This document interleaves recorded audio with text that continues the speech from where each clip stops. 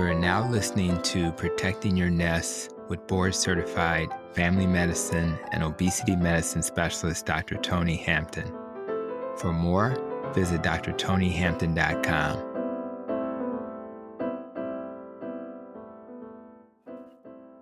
Welcome to the Protecting Your Nest podcast. You know, when I did my training in nutrition and functional medicine, I quickly realized that there are many ways to help my patients heal that I had not learned about. This both bothered me and excited me at the same time. I was bothered because I felt my conventional training had many gaps, which I was taught, it just didn't tell me the things I need to know. But I was excited to know that when those gaps were filled in my new training, that I have new tools now. I have new tools in my toolkit to help my patients. In fact, if I were to be honest, this podcast is not just an opportunity to share the many ways to help you achieve metabolic health, but it's also an opportunity for me to continue the learning process that began with my exploration of low carb and metabolic health, and it continues with insights that come from, integrative medicine and functional medicine. Today, we will do exactly what I want to continue to do and we're going to learn from another expert in the field of somatic training as he shares his perspective, so that after this episode, you'll know what somatic training is and rather you should be considering as a way to heal from the many so-called chronic medical conditions. Today's guest is Dan Sykes. He is an entrepreneur, believe it or not, a filmmaker, a bodyworker, which is an interesting term, and founder of the Somatic Training Network. He studies somatics and with master instructors all over the world and has earned his titles of Systema Bodywork Instructor and Martial Arts Instructor. He also has been receiving training in Feldenkrais method and also studied yoga assisting, anatomy trains, wheels of consent, and somatic consent. He also authored a wonderful book entitled Somatic Fanatic: How Training My Nervous System with the World's Master Instructors Helped Me Beat My Midlife Crisis. Dan, I am so happy and thrilled to have you on the Protecting Your Nest podcast. Thank you very much, Dr. Hampton. Really excited to be here. Functional medicine is so close to my views and passions that I'm super excited to be on a podcast with an expert in that field.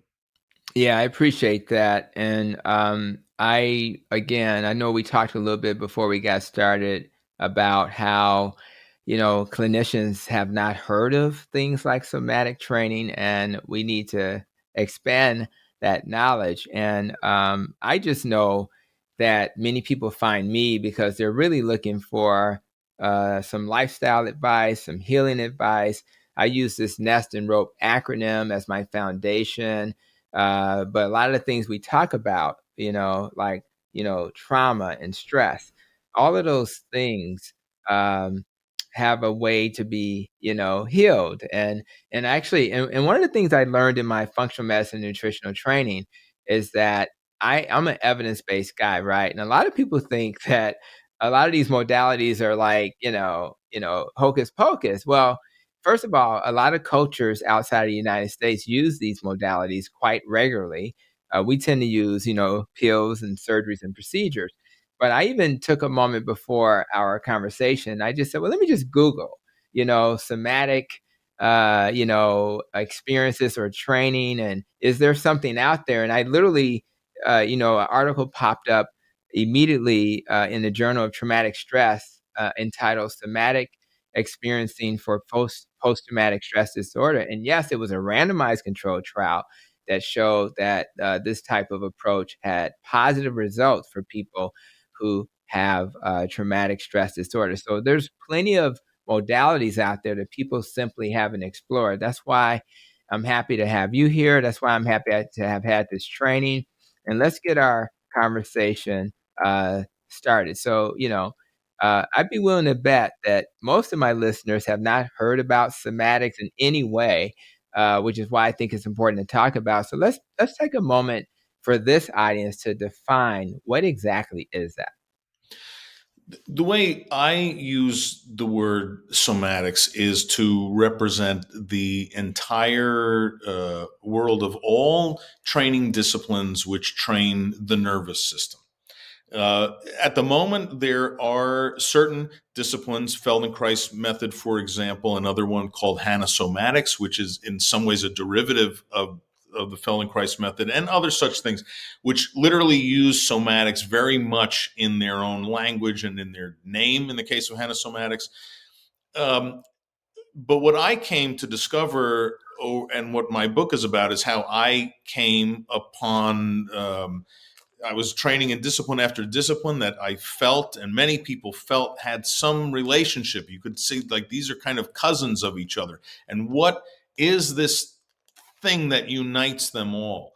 And at one point, about 4 years ago, the phrase nervous system training came to my mind, and I did a quick scan of my mind, and I suddenly realized, because I was about 6 years into my somatic education at that point, I realized that this is what this all is all these disciplines, whether they realize it, but whether they're ancient or not, are actually training the nervous system. And the reason we don't think of it commonly in those terms is that even though some of these disciplines from the East are well known to us, like yoga and kung fu and other things that promote slow motion movement, tai chi, and other kinds of things, these forms were all invented thousands of years ago before the term nervous system existed. So they used different things to express what we now call the nervous system. We talk about chakras and other kinds of things, chi, and all these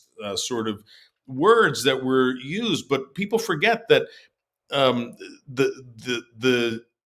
the yoga practitioners, the Tai Chi practitioners, were the scientists of their day. They were systematically training people to see what these connections between parts of the body, and if I move and do certain things with one part of the body, how is it that another part of my body is being affected by that? And what we now know is that all of these disciplines are, in fact, training the nervous system. And you mentioned how the medical world seems very, very much apart from this. And a big part of the reason this is because the science world and the medical world are always looking for what we call empirical evidence.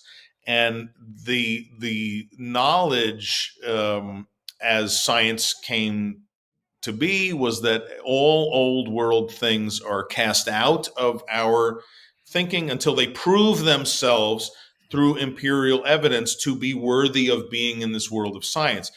But what we now realize is that the reason there was no empirical evidence about nervous system training is we didn't have the tools invented to measure the effect. But That's right. more and more now, tools are getting sophisticated to the point where we do see why yoga works. We now know scientifically why Tai Chi works, why all these things work. We know scientifically why they work, and they're marrying two things simultaneously. Every one of these disciplines requires moving in very slow motion, Hmm. very slow. And I'd like everybody to just think for a second. Just put up your hand. I'm not going to do it to prompt you, but hold one hand up and bring it across your body slowly. Just right to left, left to right. Just bring it across your body slowly. And I'll put it back in the first position. And for most people, what I mean by slow is 20% that speed. Mm. Dr. Hampton did it pretty slow. I think you've done this kind of training before, but most people slow is like this. Right. But Wow. we mean slow. And the reason you have to do it slow is for two reasons. Slow does two things. It prevents you from using habitual movement.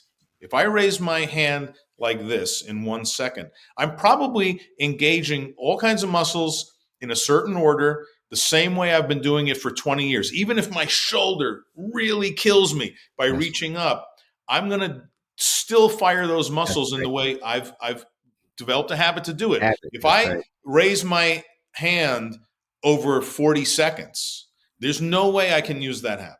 No. And the second thing it does is it elongates time. So I have so much more information about what Right. it feels like to raise my hand is going to my nervous system to be analyzed.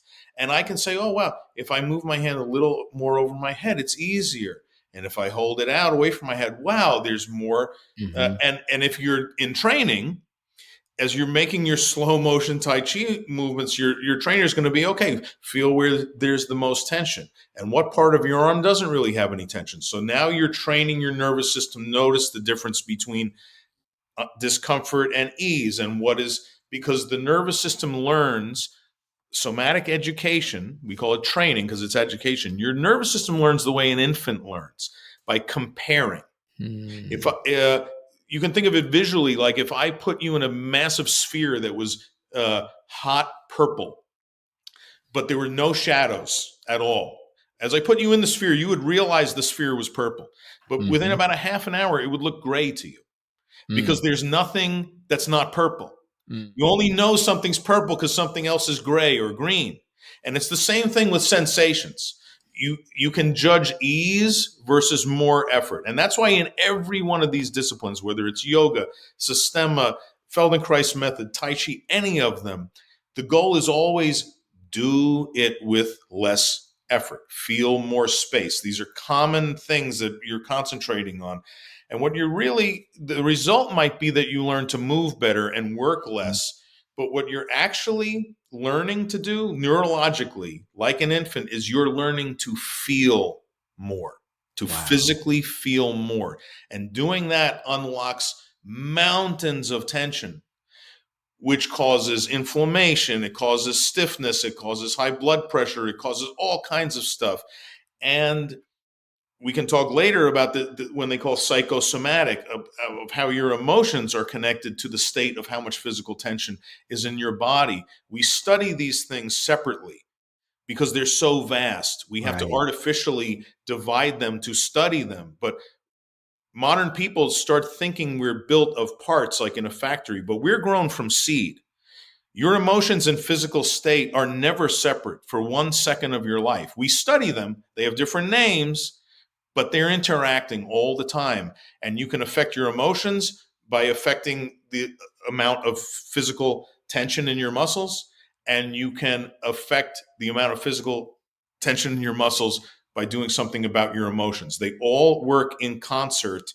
When we talk about how it feels to have an emotion, what Mm-hmm. jealousy feels like, there's an actual pattern of tension happening in your body that quote unquote feels like Mm-hmm. jealousy versus curiosity has another pattern of tension in your body. And what you referred to before, somatic experiencing, is marrying the worlds of um, say what a therapist would do with Mm-hmm. this knowledge that there's this tension pattern. So you're asked to evoke certain emotional reactions, and then you scan your body to feel what muscles are tense, and while you're still feeling this, say, jealousy emotion, I realize my neck is tense, and I still think of that thing that makes me feel jealous while I'm unclenching my neck. And now I have a different physical feeling in relationship to that emotion.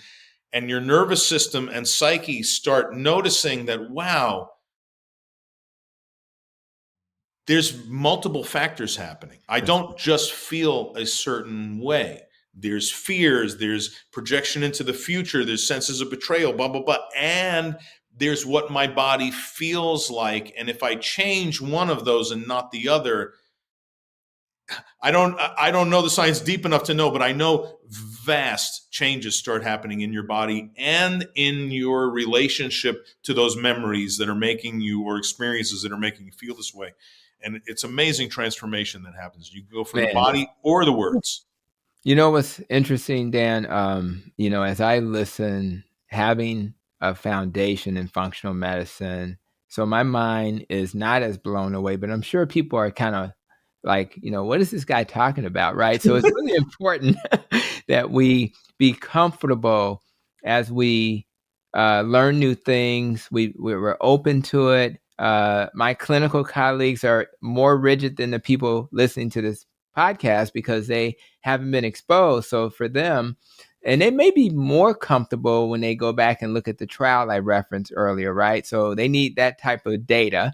But I'm gonna tell you, man, I love it, and it's just experiencing. That's why that Ian, my rope acronym, talks about life experiences. We have to have life experiences so we can experience things that will open our mind. And then we do a little bit of an experiment. Let's do a N of one experiment where you test things on yourself. Let me see if this is good. Things that maybe I've tried in the past haven't helped. Let me just try this. And that's why I'm curious why it seems like this is now your life's work. I don't know if you have other things you're doing, but why has this become your life's work? I was very fortunate that I helped my wife at the time grow a company. It was a matchmaking service, matching Russian and Ukrainian women with men in the West who wanted to get married, and You we said Russian professionalized and it. Ukrainian. Yeah, Considering what's going on now, that's very cool. yeah. This was Yeah.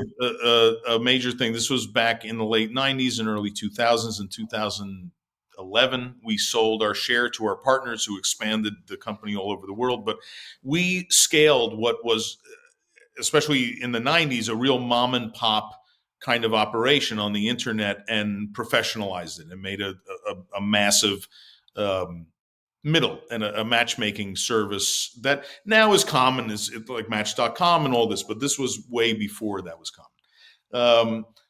And we sold our company. This is what my book is about. We sold our company, and we had done such a huge undertaking together, and 3 kids and all kinds of stuff. But we sold for enough money where we had the choice to really restart. And I was 45 years old. My wife was a little less than that, and now we're now what was the question faced, and each of our answers to ourselves were radically different than the other one, like absolutely night and day. And this resulted in the dissolution of the marriage, and over time, and other things. So I found myself, say, 3-4 years after selling the company, in the middle of a midlife crisis. Like, Mm-hmm. what? I'm 45. The marriage is over. Another life passion I realized was not going to be a vocation for me, as I was hoping to go back to, and that wasn't really going to be possible. So now what? And I sunk into a deep depression, and I had been obese my entire life, and on the short end of it. But so I live up in Bangor, Maine. I'm in the middle of nowhere. Am I ever going to meet somebody again? All these midlife crisis thoughts are coming to me. I'm financially comfortable, but like, wow, I feel totally trapped in this cage of like hopelessness. Mm-hmm. And I knew something had to give, and I also felt very, very weak. I felt this my whole life. I couldn't do a single pull up. I couldn't do a single sit up. I really believed, and we talk about beliefs. I had this idea in my head that I could not do one sit up, and would struggle and try and try. And so I knew something had to give. And to make a long story short, I wound up taking a Systema class. Mm-hmm. And the very first thing I said to this instructor, and I didn't know yet it was a discipline based on nervous system training. I just knew I had seen it in Russia with retired ex-special forces guys, and it was an amazing thing. So I said, listen, one of the things we have to work on really is my stomach strength, my abs, because I can't even do a single sit up. I never have been able to. And the instructor was just like, this is not possible. You can definitely do one sit up. And I said, no. And he said, show me. So I'm like huffing and puffing and struggling and all this kind of stuff. And he says, stand up. He says, can we try this experiment? I said, sure. He said, we have this special kind of strike that if I strike you in the stomach, not hard, but it'll be kind of heavy, but it's in a certain way where it's going to invite your stomach to relax. It's going to feel like it kind of dumps out, and it's not intense, but is that okay? And I said, sure. And he prepped me and did these things we do to make sure I'm not frightened. And in between me being frightened and not frightened, he laid this, what we call therapeutic strike, into my abs. And it did feel like my whole stomach dumped out of myself. And he said, quick, do a sit-up now. And I pumped out 15 sit-ups with no problem. 15. Boom, boom, boom, boom, boom, boom, boom. Like they were Wow. nothing. And I said, what is going on? And he said, well, you told me you've been overweight your whole life. And lots of people who are overweight are sucking their stomach in all day, every day. So what you don't understand is that muscles they're like a spring in that they shorten with energy. You have to, we would press on a spring to make it shorter. You have to send electric energy that's to consume calories to shorten. But unlike a spring, there's no partial contraction of a muscle cell. It's got two positions, long and short. So the difference between lifting up a sheet of paper or a barbell is not how much you contract a muscle cell. It's how many cells are you ordering to contract. Mm-hmm. And any muscle that's already contracted is not available to do more work. Right. So you've been sucking your stomach in. Your entire stomach is like a board. You have this rocking six-pack. You can't see it because you got all this extra bulk on you. But you got this rocking. You have no muscles left to do the sit-up. So I hit your stomach. It relaxed. And you see that doing a sit-up doesn't take much effort at all. And this blew my mind and was the beginning of what, you're right, has completely taken over my life and become my life's mission to not only create a business, but really my mission is to bring this back to common knowledge that the triangle of health is nutrition, exercising for strength and endurance, and training your nervous system to excise this excess tension, to feel more, to touch more, to connect more, to feel more, everything, pleasure. And for people in pain, they think feeling more is crazy. But believe me, when you learn to feel magnitudes more, I don't mean a little bit more, I can feel 10 times more than when I started. I've done a lot of training all over the world, but I can touch people and feel the entirety of their tension through their whole body. When we work with sticks, I can put sticks into your back or your neck, and I'll know if you need to release your right knee, and whether I mean the kneecap or the back of the knee, or whether I mean more out to the side, up the IT band, and then your neck goes in. So I mean feeling a lot more. It does two things. One, it makes whatever pain you're feeling less of your total experience. Mm-hmm. And two, by releasing all this, what we call the invisible cage of tension, because most people have no concept how much permanently contracted soft tissue they're walking around with. Once you release that, your blood pressure goes down. The pressure on your joints go down. There's more neuroelectrical signals happening. There's less crystallized lactic acid in your muscles. Part of the reason we train the way we train is so there's no lactic acid in my muscles at all, and they're soft until I need them. So Russians are very renowned for being able to take strikes because we can become like octopus. And when I say we, I mean those of us I'm not like the high level guys, but I'm talking about these guys that really rock and roll. Right. These special forces guys, I call them like the Raggedy Ann dolls of death, because they are just like absolutely loose, but in a way you do not want to mess with in any way at all. And you can beat them with baseball bats. They're not even going to get black and blue because they're just taking that they're taking that through their body and boom, and redirecting that physical wave of energy back, usually at your spine, and then they're going to Fibonacci sequence your spine, and then it's over real fast.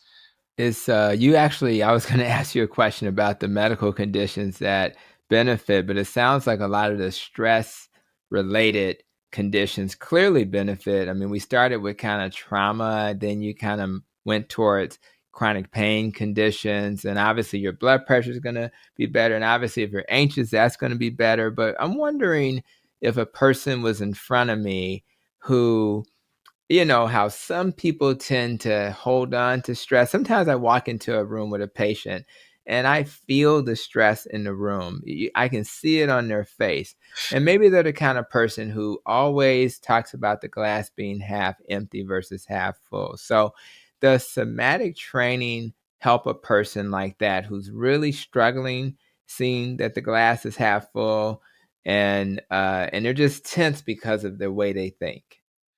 The short answer is absolutely. The question is, this is why I wanted to make the company I've made that matches people with the kind of training that's going to be right for them. So our whole platform, for instance, is which is called somaticlab.live. That's our platform. And we have many sub brands that we market with. We market, and this is how we divide our workshops. We have Painworks with an X, for instance, dot live. Um, and that is lots of different disciplines presenting how they would deal with knee pain, with back pain, with neck pain, with this kind of pain, with operation recovery pain. And then we try to match people with their level of somatic training, their physical state, and do they want to train in a gentle, active, or vigorous fashion. And all of our instructors have an interface where they must present their classes in the format of a workshop, 3 to 12 classes aimed at what we have predetermined to be, through interaction with the clients, the kinds of things they're interested in. We have another section of the website called Smart Move. This is all for high performance movement, athletics and dance and these kinds of things. Mhm. And it's the same thing. If you're a yoga teacher, you can present your classes into Smart Move. And we also have a staff that helps them, because the secret is that once you're training your nervous system, a nervous system lesson can really apply to a lot of different people. So, but we Mhm. arrange things so your experience is that you're coming in through WellWorks with an X is for seniors, and we do the same thing. So we take this universally beneficial uh, tool of moving in slow motion for the purpose of feeling more. And we divide this into all kinds of things, interests, and challenges people Mhm. face. And then we divide it by gentle, intermediate, Mhm. vigorous is usually in the world of the martial arts version of training your nervous system. And we go all the way through the most gentle of arts for people in chronic pain, for people who are 90 years old, for people that literally, even maybe just moving your wrist forward and back after a severe auto accident, maybe that, but giving yourself lots of opportunities to have small victories. This is Mhm. what we need to hold our Yeah. attention. This is what any pedagogy has to do. And when we're trying to remember how we learned when we were 5 days old. We're Mhm. learning the same way an infant, which is not logic. You can learn from your logic brain, and you can learn by feeling and Mhm. comparative sensation. Mhm. That's how the nervous system learns, not through logic. 2 plus 2 equals 4 doesn't work with your nervous system. Reading 40 books on yoga doesn't work. Right. Reading 40 books on how to play the saxophone does not work. You must develop a practice. You can have ideas that help you, and whole training systems that help you, and coaches that help you, and yoga can help you, and tai chi can help you. There's, formalized versions of training your nervous system that you can do and are very helpful, but ultimately moving in very slow motion for the purpose of feeling it. You just have to find the flavor of that you find enjoyable to do, so Mhm. you keep doing it. That's the ticket for, no matter how skeptical you are, no matter whatever, just try what's available to you. Mhm. If you've never tried any of this stuff before, and you drive and you go to the Y, and some person says, "Oh yeah, there's a yoga class Thursday nights. Oh well, maybe I'll check that out sometime." If it depends on, you got to find something that makes sense to you. Sorry, you got to find something that makes sense to you, and then you got to find some people you feel like doing it with, or doing it by yourself. Whatever maybe a morning routine, So I would say whoever's walking through the door, what I say to everybody is there's a way that is going to feel good to you. And us Mm, finding that is way more important than me saying, try yoga, try this, try that. I say, try right. whatever. Whatever's going to get you moving in slow motion for the point of feeling it, and you will feel the results immediately. At first, they'll be small, but if you do that, just do anything. Just do it without an instructor if you want. Just lay down on the floor and just move at 20% what you think is slow motion for 5 minutes. Like Hmm. walk around the room when we're done here and then just move randomly, very, very slowly while you're laying down and relaxing as easy as you can, doing as least amount of work as you can. And do that for 5 minutes and then spend 2 minutes getting to your feet again, Hmm. doing the least amount of work you can, any way you feel like, whatever is going to make it easier, because it's a lot of moves to get from the ground to Right. standing. And if you slow it way down, you'll see that you got to do like 12, 15 different things. And if you do every one of those as easy as you can, and then walk around again and see if anything feels different. And then Wow. you'll know whether somatics works. And then you can worry about finding a discipline. I love it because I have a elderly population. I'm really a family doctor who is functioning as an internist. I mean, I used to deliver babies and take care of kids, and I do agree that our little babies, how they interpret the world and how they learn is as you've described. And but yeah, I see them rocking to get out of the chair, and I bet you that must shock them because there was a time when they didn't have to think about it, and now because of some, physical changes, they have to rock. And I've seen it in my family, I've seen it in my patients. But let me ask you this really quick. Like, if somebody is engaged, is intrigued, and they go to your site, is this work being done? Do you connect people with people in their area locally, or is this mostly virtually done? No, we train online, but Okay. you're surrounded by people locally. Okay. This is for training in your home. This is for training anytime you want. This is with an assortment. You definitely get an assortment of somatic disciplines that very few people, if any, would have in their local area because we're bringing together disciplines of every type. But if you are we can get the ball rolling for some people. My cross training, my nervous system is what has gotten me the greatest benefit, and specifically training in in gentle forms and training in martial forms of nervous Mhm. system training. Most people train on in one of these worlds or the other, and the problem with healing and only training in gentle forms, which most people who talk about healing in my world are people in the yoga world and people in the tantra world and people in the gentle arts world talk about healing a lot. But the problem is in the gentle arts, this gives you a sense of self, which I think really enhances your spiritual sense of self and awakens you to the potential for healing. But many people I meet and they tell me how they've been healing for 10 years and they're still on their healing process. And it's almost a lifetime of Mhm. healing. Now, in the martial arts world, I once said to somebody who told me that, my healing process is coming along. I've been healing for 9 years now. It's coming along very nicely.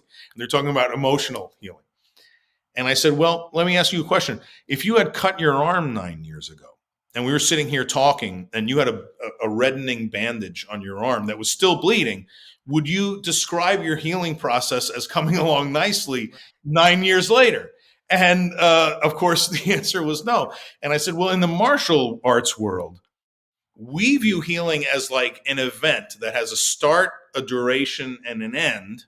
And maybe there's scar there, but now the healing event has concluded. And now we're getting back toward thriving. Now the goal is no longer healing. Now it's the next step toward thriving. And that's what the martial sense of. So you get a spiritual sense of self through the gentle. You also can through the martial. But if you only train and if you only train in healing, you can get into this sort of you're not healing, you're kind of building a shrine to your pain. and you're like accepting the wound that is and always will be. And martial arts guys will be like, come on, like let's get on with it. Let's cry, let's shake, let's do, if you have trauma, let's get it out, let's deal with it, let's look at it, let's That's get right. it out. That's right. And it gives you a different sense of the vibrancy and the reality of being what I call a wiggling, squiggling creature alive on this earth right Mm, now, which is different than the spiritual self. This is the world of fangs and claws and venom and vigor, or sexual energy or whatever. But I'm alive now. We're rocking and rolling now. And I might be a calm person and you might be big and you might be a real danger to me. But you know what? Until I'm dead, you're in a little bit of danger too, my mm, friend. I love that. That sense of self, if Hmm. you don't train in that, you can wind up healing as a lifestyle. Wow, that's profound. I think about going back to those patients I see, many of whom are older, and I do see younger patients. My brain would suggest that a more gentle approach would seem to be appropriate for the older person versus the younger person who may want to kind of hit it. But how do you begin training your nervous system? Like, what's that? Like, what determines whether you start gentle or less gentle? And yeah, just talk a little bit about how that decision is made. Yeah, I think you always start gentle. Even in the martial arts, the training is always super slow and super gentle, and you're training to yield. You're training to relax. For instance, in Systema, a great exercise, I'll tell a game we play is you stand or sit, or you can lie down, whatever you want. And on as you inhale through the nose and you exhale through the mouth. And on your inhale, you quickly scan your body and just pick a place, and it doesn't matter if you're exactly right, but you look for theoretically what is the most tense part in my body right now. So if we elongate that and figure, just everybody just scan. I feel some tension on the right side of my neck. I'll say that's the most tense part of my body. Everybody might feel something else. It might be their left arm. It could be their knee, whatever. So on your inhale, you just casually think, what's the most tense part of my body? And on the exhale, you try to release tension quickly from that. Even if it's a little bit, you dump tension fast.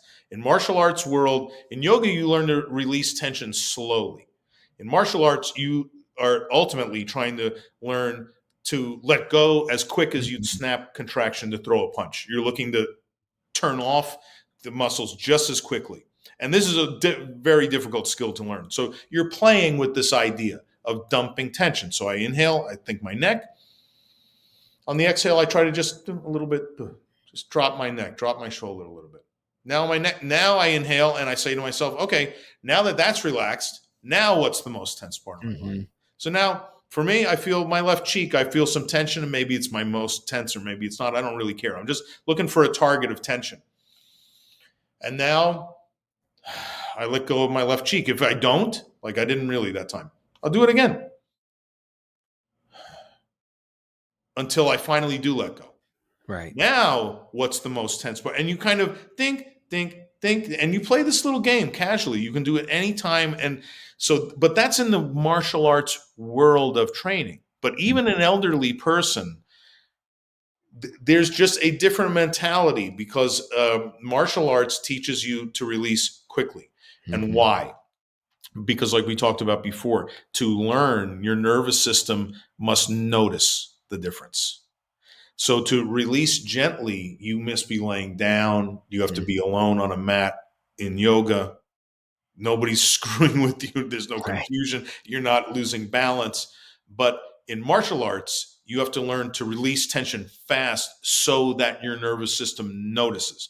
Because when Mhm. you're afraid somebody's coming at you, if I just, you can see my shoulders dropping. This is a clue of feeling that I'm relaxing. Even though I'm in this very hyper situation, I notice that I just let go of all this. So even though my panic, it drops my panic a little bit because it gives me this neurologic clue that I have just relaxed. If I relax like Ujjayi breath, like if I relax like in yoga with a clenched throat, if I relax like that and there's some goon in my face or I'm falling off my bicycle, it doesn't even have to be a fight, but it's the martial world of something unpleasant is about to happen to me. If I don't relax fast, my nervous system will not get this clue that I'm relaxing, and it will build up my anxiety and have me hit that panic point that much sooner. So you can train to drop anxiety and panic even as an elderly person, even in a hospital bed.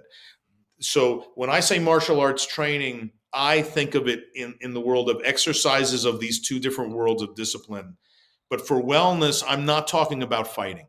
I'm talking about nervous system exercises designed for martial artists that are not actually fighting. They're preliminary building blocks of neurologic education so that you can then apply it to fighting.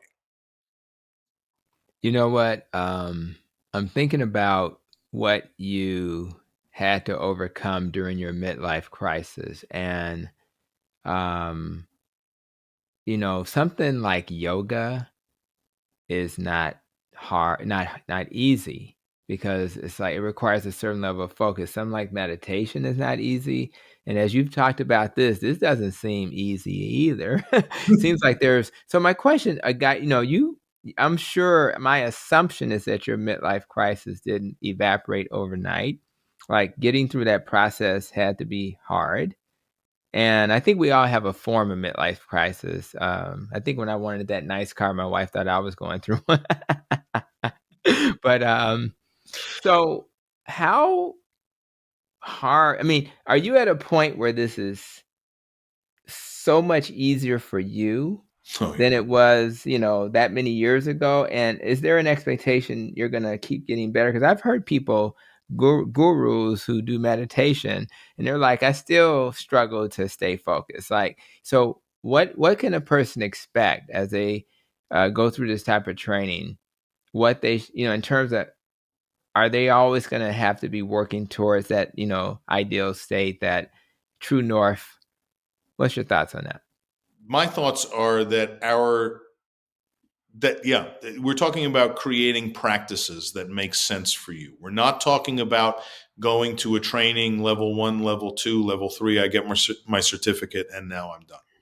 Mm, We're talking about the fact that your nervous system, for your own good, creates habits. It's a habit creating machine. It also controls and it analyzes, does a lot of things. But one of the things it does is it makes habitual forms of commanding hundreds of thousands of muscle cells to contract and let go in a certain order to perform certain tasks, depending on whether I'm on firm ground or slippery ground or all the magnificent things it does. But it's creating habits of thought and movement. Organization is what we call it, or organizing the commands to contract and all this. It's called, which results in movement, but we're talking physical organization. So thoughts and organization are habitualized, mhm, but we also have this inherent capacity. It's not a training system. It's not a degree. It's a capacity to overwrite nervous system habits by moving in very slow motion for the purpose of feeling. And this, if you think of it as that, and like anything, like eyesight, like any capacity, you use it or you lose it. And most of us, I used to, when I first met the Russians, and they can touch you on the shoulder and your butt will let go and you fall to the ground. And mhm. this seems absolutely insane. And when I saw it, when you see it on video, it looks absolutely absurd. It Yeah. looks absolutely absurd. And then they did it to me, and it felt like this natural phenomenon happening. I couldn't explain it, and as I came to find out, they said, it's magic, but magic is always a technology that is hidden from observation. Right. This is not chi. I'm not like pushing Right. anything into you. It's called mirror neurons. What you don't realize is that when I'm right before I touch you, I'm a little bit squeezing my entire body, and we learn to relax in waves from Mm. the feet toward the hand. And when you do that, if you practice that and you can release in a wave toward the point of contact, the mirror neurons cause that butt to just let go a little bit. But it's not a magic thing. It's neurologically proven thing. It's mirror neurons, but you can't see the person doing that. They're relaxing in a wave. You don't see that. You just see them touching, and then this other person just sits on the ground. So the Russians at the higher level are doing all kinds of what we call internal work. We move the work around. We move the tension around the body, and we move in waves. So we're delivering work in waves and using the limbs like whips, and really using that force. Just we strike in a very different way, where we have no tension in the arms at all, or the elbow, and we use our arms like nunchucks, and we just like nunchuck the fist into the opponent and whip the fist, just like we call it a rock on a rope. We consider our fist a rock on a rope, and we're just going to just fling that rope into you with hardly any effort, but we rat tail the fist into your structure. So it's looking at movement from a fundamentally different way by radically enhancing the performance of the nervous system and getting massive amounts of habitual tension out of the soft tissue, which enables us to feel far, far more than normal. And I feel 10 times more than I felt before I started this training, physically feel in myself and in the people I'm touching. I'm having a flashback as I listen to you. It reminds me of the intro for the Twilight Zone, and it said there's a fifth dimension beyond that which is known to man. It is a dimension as vast as space and as timeless as infinity. It is the middle ground between light and shadow, between science and superstition, and it lies between the pits of man's fears and the summit of its knowledge. And I bring that up because people are going to still hear this, and I've warned them, and they're just like, you're blowing my mind. Nobody's going to touch my shoulder and I'm going to collapse. And I just think that this is why this is so important. And I really want to open the minds of anybody that's checking out this episode, that there are other ways. And when you think about people who do extraordinary things that we perceive that way, it may be an explanation, like what we're talking about today, that explains why they can tolerate, just like you talked about the Russian, soldiers. So, and by the way, let's be clear. Are you Russian, or what's your No, background? no, You're not. I'm not Russian.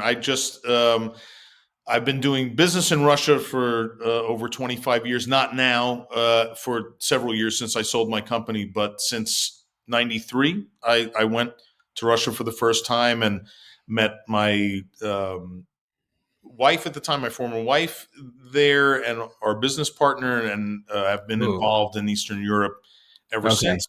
Not so much these days, but and not just because of the crisis at the That's moment, but right. for since the last 10 years. Okay, cool. Um, but then I went back and met these guys. So in 2011 is when I became aware of Systema during this Mhm. midlife crisis, and this is really when my life started to change. And that was the beginning of my journey into somatics. I went through what I practice now, this bodywork style, which is very extreme and uses tools and poking sticks into your back, into your neck, into your whole body with lots of weight. With a towel, we loop big, heavy leather whips, like in a loop, and almost like a carpet beater kind of thing. Do this particular type of strike, which invites release of muscles Mhm. deep through the muscles, but it's heavy strikes. And this extreme form of it really is martial arts training. They call it massage in the martial arts schools, but it is not a therapeutic massage. It is a somatic education. It's actually martial arts training. So we call it body work in my company, and I mean body work more in the sense of the way boxers would say it, where you're training to work the body. And here, the practitioner with the tools, we're really at its simplest form. What we're doing is we're pushing on permanently tense muscles up and down the back. And the spine is a great area because it's the one part of the body where your nerve fibers that sense and your nerve fibers that command separate. Through the entire body, they're immersed, where you can barely even see that there's a difference. But all the ones that command contraction and release go up the front of the spine, and all the ones that feel go down the back of the spine. So when we're driving sticks up and down that musculature, it's physically massaging those nerve endings as they're going into the spinal column. And this is a major tool we use to overcome fear and a lot of other things, but mainly to stimulate more physical kinesthetic sensation, the perception of more physical feeling through the entire body by like digging into these muscles and really kind of manhandling those nerve fibers, waking them up, and it creates much more feeling through the whole body. So there is, while these stories of somebody touching you and you sit down on the ground involuntarily absolutely seem fantastic, and I experienced this exactly what everybody thought when I told this story. I've been there, and I've been in other trainings where I'm watching people fall to the ground in combat with somebody not even touching them, and I walk in the room, and the instructor says, I say, "Can you do that to me?" And they say, "No, because you weren't here when I scared everyone." And I was like, "What?" It's like, "This doesn't work unless he said, let's start again." And he takes one guy down really hard. That's an experienced guy. And then he says, "Now come at me." And I threw myself to the ground. And he said, "You did it because I know if I do this and you're scared, you're going to lean to the right. And now I did that by your hip, and you don't want me to kick your hip. But this is just psychological manipulation because you're afraid. I'm not like doing some voodoo thing to you." So there's all kinds of ways of viewing reality. And the Russians have a very unique sense of how to touch, how to feel, how to move. And somehow up in their northern forest, well, it was a state secret till 1995. This is a major part of this, is that this martial art in particular was only practiced by the special forces and was not permitted to be taught in public. And for many years after that, they were only teaching other army guys and police and bodyguards and things. And it's about 15 years now that they kind of toned down the intensity of the training and made it where they're spreading it around, and there's 400 or 500 schools around the world now for normal people to do basic level training. But this they have a very, very unique, when they fight you, most martial arts, you're fighting body to body. The Russians look at it that your body happens to be there, but they're fighting you nervous system to nervous system. And they've got all kinds of tricks up their sleeve, where the common thing that when other martial artists train in Systema the first time that hooks my curiosity too, is that you keep winding up on the floor and in pain of some kind, but you keep thinking, what just happened? I don't understand what just happened to me. And that's unusual because in most martial arts, if you're on the floor and in pain, oh, that guy just kicked me in the stomach. This guy just punched me in my face. That's why I'm in pain. There's a saying that they say in training, and they said to me many times, they're like, "Dan, you're a big guy. Maybe you're strong. I don't want to find out. I just want to trick you." Wow. And done. I'm not here to prove anything. I'm a soldier. This is not sport fighting. I'm not here to prove I'm a better fighter. I'm here to make everybody safe, as quick to right this second as possible, and get home alive. I'm doing my job. They call it the work. And so there's no glory, there's no points, there's no belt system in Systema, there's no ranks. Everybody switches partners every couple exercises. and 30-year veterans are training with people right off the street. And it's a very different form of approaching movement and combat form that looks 100% nonsense. When you see it on YouTube, if you look it up, I'm already telling you, you're going to see stuff where you're like, there's no way this is Right. real. It's But if crazy. you look for all the criticism of Systema, you won't find one person ever saying, I went and trained in Systema and it's nonsense.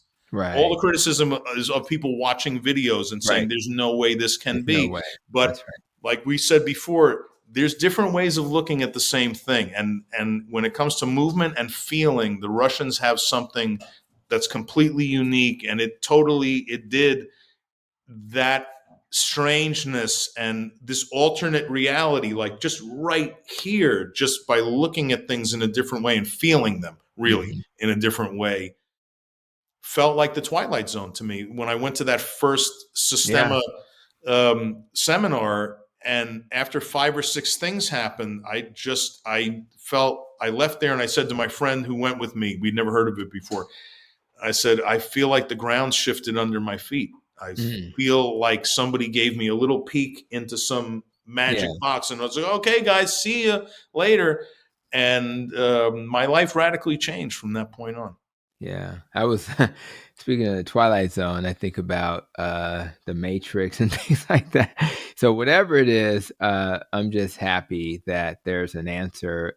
When I look at you, I it's all perception, but I see a guy that's got it together, got a little edge to you, and I wonder, is it po I deal with, patients who have suffered from trauma, and I part of me believes that once you've had trauma, those neurons will always remind you that that existed, like it happened. They'll just it's such a traumatic thing, they'll just hold on to it. But then I wonder, and then I think people just get better at dealing with it. But then I'm curious from your perspective, is it possible to completely physically heal from trauma? Or is it always something you have to work on? What they now know is the reason, post traumatic stress disorder and many other residue of trauma persist. We now know that there's actually two different kinds of brain waves being recorded. We're recording all kinds of stuff all the time.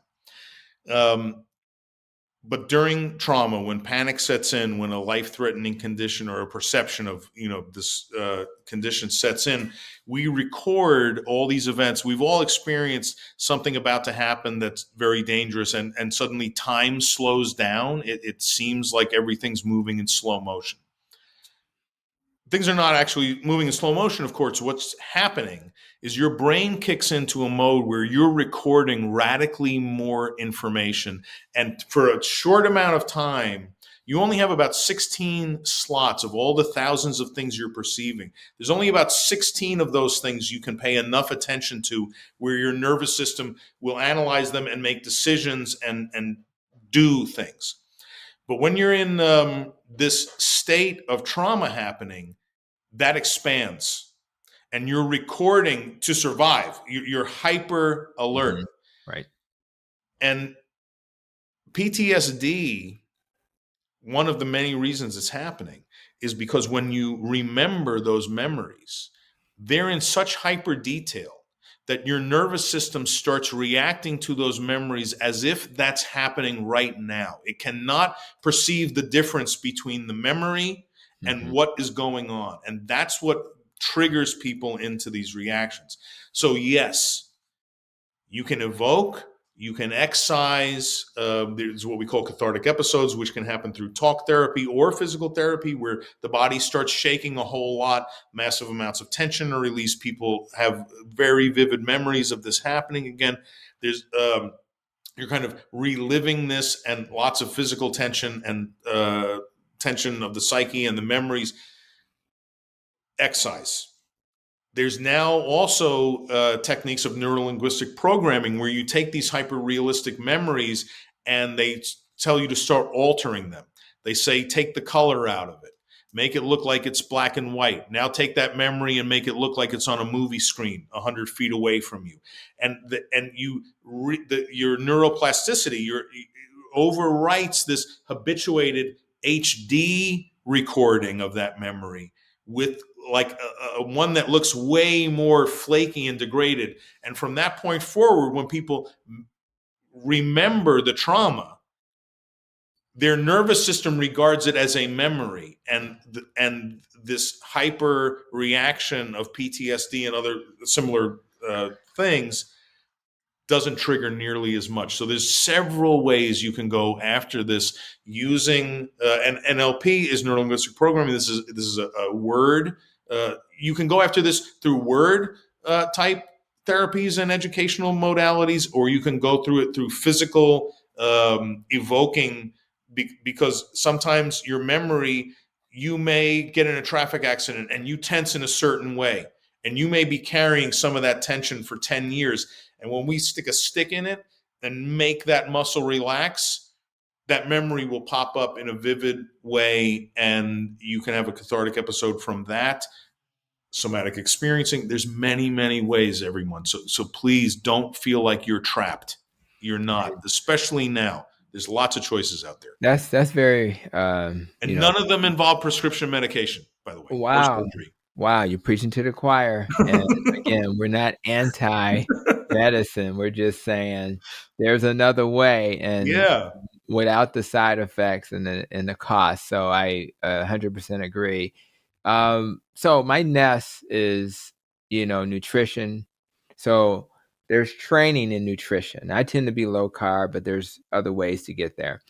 And then there's the E for there's training on how to do exercise a certain way. I tend to use slow exercises with bands, which I have learned and you have confirmed that there's benefit. You're going to elicit more muscle groups, more muscles than you would have done it if you had done it fast. Then you have training to be better with sleep. That's the nest. Training to be better at reducing stress and training to protect your brain from negative thoughts. So when you think about, and maybe it's all incorporated into the same concept, when you compare other things we need to focus on to become metabolically healthy, to heal, to avoid disease, where does somatic training fit compared to those other things? Are they equally as important, or do you feel, I know this is your life work, but where does it fit on that spectrum of other things?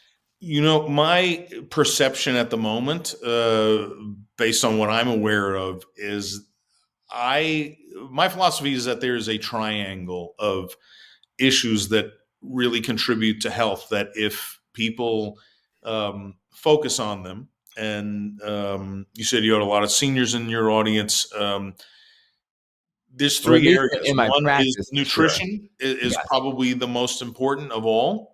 I would say nervous system training on a regular basis is the second most important. And then training and being involved in whatever physically challenging movement and workloads are for you, whatever that is, Yeah. where you're pushing the envelope of making a point of keeping that muscle mass up. As you age, it's harder and harder to replace it. And I really view health practices as this equally important triangle of all three. If there's a little bit of a hierarchy, personally, I have come to believe that it's nutrition number one, nervous system training number two, and strength training number three. And nervous system training will enable you to have much more endurance and way more strength with less effort, because Mm-hmm. that's where you learn to be efficient and get work done easily and grow strength in relaxed states. That's where it counts. Because if you're gaining strength in tense states, if you're a young person, it may make you look a certain way. Mm-hmm. But never forget, Arnold Schwarzenegger has never done a single pull-up in his life.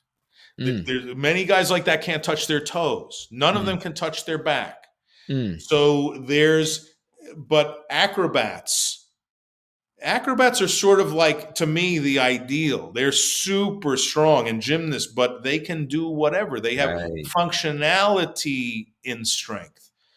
So this is what and I think somatic training makes all your physical endeavors much more efficient. And as they say in Feldenkrais methods, training your nervous system where it falls in health is it makes the impossible possible. It makes the possible more easy, and it makes the easy graceful over time. But because just like when you train to play an instrument, a musical instrument, you're not, you're training in movement. You're training your body to move in a way that makes that instrument make certain sounds. But you're Mm-hmm. training yourself, and you are the most complex and magnificent instrument there is. And your operating system, like a computer, is your nervous system. Your entire experience of being alive Mm-hmm. is coming to you through your nervous system. And your entire experience of moving and feeling is through your nervous system. It is the central thing that enables you to even know you're alive, to move, to reach toward food, toward a mate, toward warmth, toward cold. Working this on a regular basis enhances all of it, Mm. as long as you're eating right.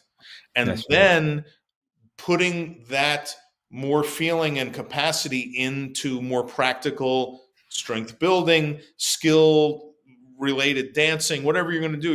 You're riding your bicycle, whatever you're doing to keep active. Training your nervous system will let you do that. When you can't do it now, you can do it later. When you can do it, you can do it with more ease. When you can already do it easy, you can become graceful at it. Mm. That trajectory never ends by having a practice of learning to play yourself in more and more detail. This instrument of you, your nervous system. Mm. This is a never ending process. When people say to me, how many lessons I need, I say the same amount as you need to play the violin. Mm. Okay. It's just, what do you want to play the violin for? This is how I many love lessons you need. That's right. I love that. And let's think about your journey over the next 12 months. I always like to kind of wrap up with my, question about my nest and my rope. So, as it relates to, the nest, which deals with nutrition, exercise, less stress, more sleep, recovering from trauma, our thoughts, and then the rope, relationships, avoiding organisms and pollutants that harm us, and protecting our emotions and making sure our life experiences serve us, right? When Mhm. you think about those concepts over the next 12 months, and I know you're very in tune with your body, where are you putting the most focus over the next 12 months so that you can become the best version of yourself? I am putting that focus in our daily life here. We've taken a lot of measures this year. I created an organic outdoor garden, but I live in Maine. I've just bought a vertical farm that we're about to build to grow our own nutrition dense greens all year long. We're going to be able to grow about 500 plants at a time, and I guess we'll like kind of space them out. We got to. It's all still like in crates. We're about to do this great project. So eating right. I also now, for the first 6 months, I have an extreme luxury, but it's for everyone who works here. We now have our organic gardening chef who's cooking meals for us and tending the garden. And it's this wonderful project that we have that the whole company is benefiting from. So our part of my focus a lot is really sustaining and bringing into the culture of my life and our working life around here this idea of nutritiously dense organic food. I earlier this year did a life mastery course at Tony Robbins, and really some things sunk into me, and I got Mm. back and I immediately bought this constructed this outdoor organic garden that's really easy to maintain, um, and bought indoors too. So I'd say that's my number one focus. And personally, in my training, I am in my final few months of the Feldenkrais Professional Practitioner Program, and I now am doing body work to others at a level that really is beyond anything I've done before. My cross training is coming to a a skill level that is like humbling me what's possible. So I've decided that I'm never going to be someone that's earning my living by working on 6 8 patients a day. And I've been wondering a lot, so then what am I, why am I gaining all this mastery? And I never really saw myself before as someone able to really help people in serious trouble. In fact, as soon as we're done, I've taken on my first person who tore 2 different muscles out of their knee moving and has so much tension in their leg, as you can imagine. But they're on crutches, so I'm working on them for the first time. And I've decided that for my pro bono and practice, and for my life of giving back and developing my own skills, I I've been working on people whose back could feel better, whose shoulder hurt a little bit, and I Mhm. think I'm going to turn my attention now toward people in a little more trouble than that, and try to have more dramatic effect on some people's lives who need help more than the people I felt qualified to deal with before. So I'm going into a little bit frightening territory of am I worthy kind of thing. I'm going to step up to this shy sense of myself and reach out and try to help some people that have more serious problems than I've been doing up till now. Well, hopefully, the foundation you've given yourself, and as you've helped others with maybe less serious things, you're never really prepared. I've learned in leadership because I'm a healthcare leader as well. You're never really prepared. You just have to just jump in the water, and hopefully, the foundation you've laid is going to be enough to prepare you for what you plan to do. So you've written, you've authored a book or two, and you have your ability to help people with the training. So let's make sure everybody who's intrigued and wants to, go into the twilight zone with us a little bit and learn this somatic training. How do they get to you and your information? They can go to somaticlab.live, somaticlab.live. And in Q1 of next year, we have a new company and a new website for uh, nervous system training that's going to be launched in Q1 called Touch Positive.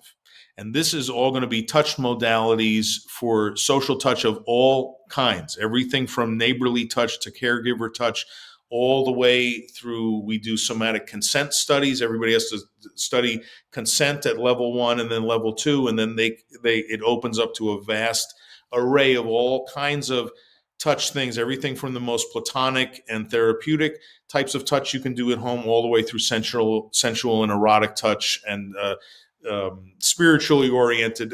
It's another one of these many disciplines invited in to provide their training towards social touch, and training your nervous system to experience vastly more pleasure, and the art and science of receiving and giving touch as a gift. That will be Touch Positive, which is coming in Q1 of 2023. Cool. And your book, is it? Somatic Fanatic is Yeah, on. It's on Amazon. It's only $1 on Kindle. We want to get the message out there. It's also on Audible as well, and I'm reading it. And it's my yeah, story. So the Audible version is pretty fun, that's and right. I'm pretty sure that's super cheap, like $1 or something too. I can't exactly remember, but Okay. I know we really want to get the message out there. It's my story, but my mission is to get the word out that nervous system training is all around you, and it's your natural capacity and your birthright, and it is a bad side effect free way to overcome a massive assortment of ailments and challenges that we face every day, and has zero bad side effects, zero equipment needed, zero gear, zero prescriptions, zero anything. You just need you moving in very slow motion and concentrating on what it feels like. That's right. Well, I love that. And I like zero anything. So thank you. And we appreciate your service to provide your information at a cost, because I do serve a community where sometimes that's an issue, particularly my seniors. Fixed incomes are kind of tough sometimes. So thank you so much for joining me today, Dan. And, I just hope that uh, you're creating awareness about somatic training has enlightened my my listeners, and it certainly has enlightened me, as it's like a continuation of my functional medicine training. So thank you for being our instructor for the day. Appreciate you. Thanks very much. I really appreciate you having me on, and excited to meet you. I feel a kindred spirit, and I'm excited to have been here.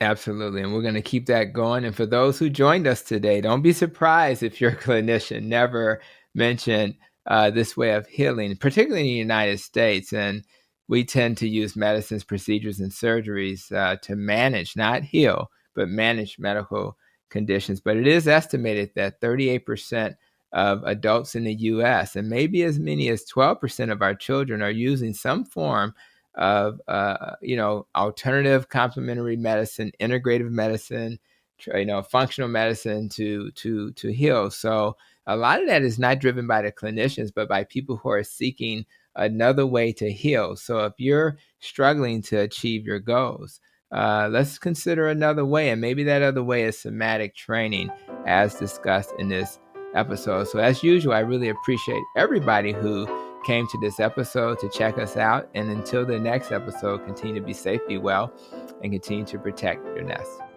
You've been listening to Protecting Your Nest with Dr. Tony Hampton. For more, visit drtonyhampton.com.